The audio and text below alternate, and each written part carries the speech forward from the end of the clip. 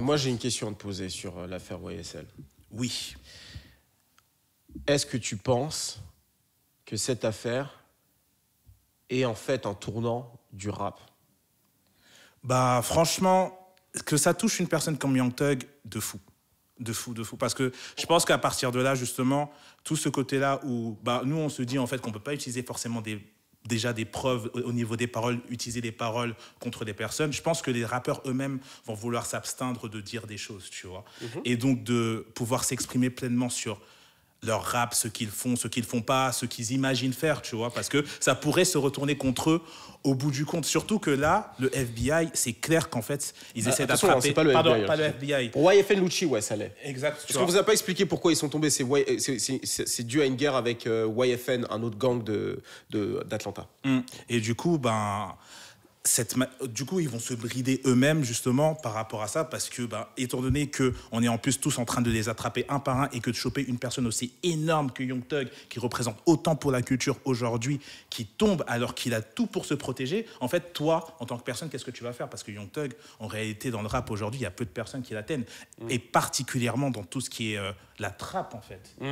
Et même les artistes de Chicago et tout, ils représentent quelque chose, en fait, pour la culture et cette culture-là de la fête et... du gang dans la musique et tout ce genre de choses-là, tu vois. Et toi, tu penses, Julien, que c'est un tournant pour le rap? Ça va être le retour des backpackers, mon gars. Franchement, ce serait bien. Non, en vrai... Je vais te dire, franchement, ce serait pas si mal. En vrai, regarde, par exemple, tout à l'heure, j'ai vu Balou qui disait qu'il en avait marre. Gros big up au frérot, on en avait parlé. À Balou, Ouais. qui en a marre de faire je des le vidéos comprends. sur les carrés parce que c'est tout le temps, il est mort, il va en prison. Il va en prison, il meurt, et ainsi de suite. On en a souvent parlé. Et en vrai... De fou. Ce qui est arrivé à Young Thug, moi, j'ai pas d'avis de dire s'il mérite ou pas du tout. C'est pas C'est pas le but. Là n'est pas le sujet. Mais Free Young Thug quand même. c'est une. Je dis pas non plus que ça devait arriver, mais c'est globalement ce qui se passe depuis la nuit des temps aux États-Unis. C'est qu'à un moment donné, il y a toujours un rappeur qui se fait péter, un rappeur qui se fait fumer, un rappeur à qui il arrive une dinguerie, etc. Et tu vois, quand je reviens par exemple sur le clash entre Curtis et Graduation, Graduation a gagné. Pourquoi? Parce que les gens, ils en avaient marre de cette culture du gangsta rap et de dire vas-y, parler de meurtre, etc. Ça nous saoule. Ouais. On a besoin d'avoir des mecs qui font un peu rap, qui racontent leur qui vie, racontent des choses qui sont totalement différentes de ce qu'on a vécu. Parce qu'il y a des gens qui pensent, il faut aussi se retirer dans la tête que il n'y a rien de cool de vivre dans un quartier où tu peux aller acheter une baguette et tu peux te faire fumer. Il n'y a absolument rien de cool à ça. Et en fait, les gens, déjà que tu vis dans un quartier, tu vis ça.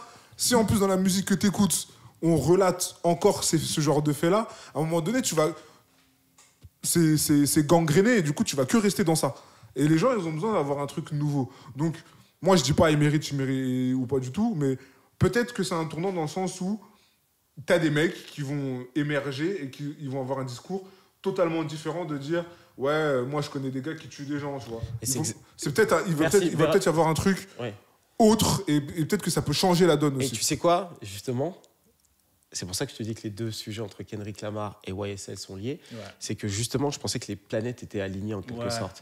Et je me suis dit, et je l'ai dit dans ma vidéo pour ceux qui l'ont vu, je pense que Kendrick Lamar, justement, le fait que le rap, l'un des leaders du rap, tombe de cette manière-là et que Kendrick Lamar revient et qui questionne justement le mot culture et tout le sens qu'on y met derrière, je trouvais que c'était parfait pour justement faire en sorte que la culture change de direction. Et Kendrick Lamar, c'est le seul qui peut faire ça.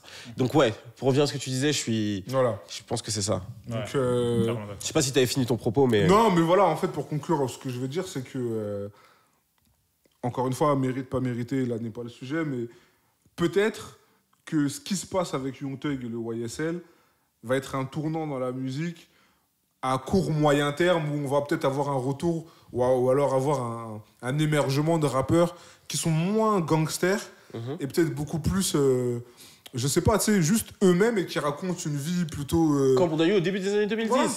Comme un Kanye West, tu vois, comme un Kanye West, un J. Cole, un truc comme ça. Et Wale, tous ces gars-là. On a vécu un âge d'or en 2010. Mais bien sûr. Ça. Et, libérer les sacs à dos, les gars. Ouais, justement, c'est des personnes... En réalité, c'est vrai, par rapport à la génération 2010, c'est des personnes qui, je pense... En fait, Enfin, moi, je raconte ça souvent à Chris, c'est que entre 2008 et 2010, vraiment, moi, j'étais sorti de la musique actuelle parce que on était soit sur l'électro à fond dans le rap, tu vois. Et c'est pas, en fait, c'est pas que c'était totalement David Guetta, voilà, moi, j'aimais bien. Mais en fait, c'était sympa, mais je pouvais pas vivre que de ça, en fait, tu vois. Je pouvais pas vivre que de ça. Il y avait ça au Rick Ross, ou de Lex Luger partout. Moi, j'étais bien. Lex Luger était partout, mon gars. C'était un truc de ouf. Il était sur Teflon Don et tout, Bois de Trône et tout, lourd, tu vois. Mais en gros, on était vraiment à fond dans ça. Du coup, moi, je suis revenu vraiment dans les bases, entre guillemets, tu vois. J'ai pris le temps de réécouter tous les artistes que j'avais pas écoutés, que ce soit dans le hip-hop ou que ce soit dans d'autres styles de musique, tu vois.